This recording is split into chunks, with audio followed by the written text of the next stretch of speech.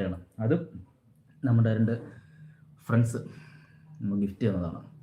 Full ഗിഫ്റ്റാണ്, നമ്മൾ സ്വന്തമായിട്ടൊന്നും വാങ്ങിച്ചിട്ടില്ല. ഇതും ഈ ഗിഫ്റ്റ് ഓർമ്മയുണ്ടോ? ഇത് ഒരു ക്ലോക്ക്.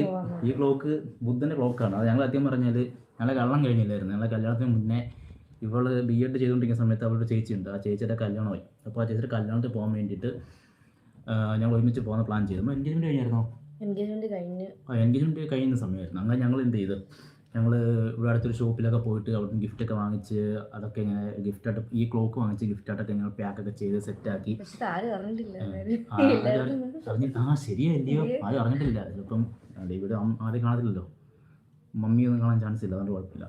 അപ്പോൾ ഞങ്ങൾ കല്യാണത്തിന് പോകാൻ വേണ്ടി ഇതൊക്കെ വാങ്ങി സെറ്റൊക്കെ ചെയ്ത് വരുമ്പോഴത്തേക്കിനും നമ്മുടെ സമയം പോയി. അപ്പോൾ കാരണം ഞങ്ങൾ പോയി കഴിഞ്ഞാൽ കറക്റ്റ് കൊടുത്തി എത്തത്തില്ല, എത്തിക്കഴിഞ്ഞാൽ സമയം കഴിയും.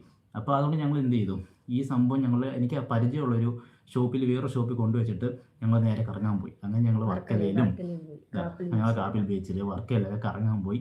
എന്നിട്ട് ഒരു ഈവനിങ് കവറായപ്പോൾ ഉച്ച കഴിഞ്ഞപ്പോഴത്തേക്കിനും ഇവിടെ ഞാൻ കൊണ്ടാക്കി.